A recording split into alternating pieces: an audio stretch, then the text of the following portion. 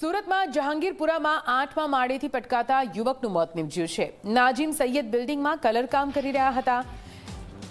મોરા ભાગડ નજીક નિર્માણાધીન બિલ્ડિંગમાં આ દુર્ઘટના ઘટી છે, જ્યાં બાલ્કનીમાંથી નીચે પટકાતા ગંભીર રીતે ઇજાઓ થઈ। કોઈપણ પ્રકારની સેફટી વિના કામ કરતા હોવાની માહિતી છે। નાઝીમ છેલ્લા 10 વર્ષથી કલરકામ કરતા હતા। મૃતકના પરિવારમાં પત્ની અને 3 સંતાનો છે। મૃતદેહ પોસ્ટમોર્ટમ માટે હોસ્પિટલ ખસેડવામાં આવ્યો।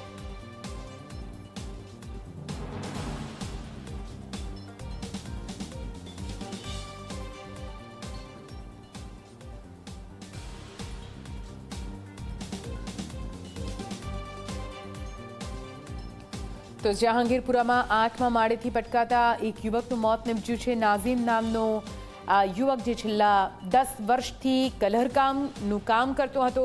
આ બિલ્ડિંગમાં પણ કલરકામ કરી રહ્યો હતો અને નિર્માણાધીન બિલ્ડિંગમાં કઈ રીતે 10મા માળેથી નીચે પટકાતા તેનું મોત નીપજ્યું હોવાની જાણકારી સામે આવી રહી છે। બાલ્કનીમાંથી નીચે પટકાતા તેને ગંભીર ઇજાઓ થઈ હતી। का फोन आया था कि भाई नाजिम गिर गया है। कहाँ से गिरा है? ऊपर 8वें माले से। क्या करने गया था? उधर कलर मार रहा था। फिर कौन सी जगह पे काम चालू है? ये जहांगीरपुरा मोरा वागल के आगे ग्रीन पार्क सोसाइटी के बाजू। सेठ का नाम क्या है? किसकी बिल्डिंग बन रही है? अब्दुल्ला भाई नाम है सेठ का। हाँ। और बिल्डिंग का तो मुझे पता नहीं किसका है। आपकी मांग क्या है? आपका बच्चा? ये हमारा बच्चा तो हादसा हो सकता है। अभी बच्चे घर के ही बच्चे साथ में थे उसके।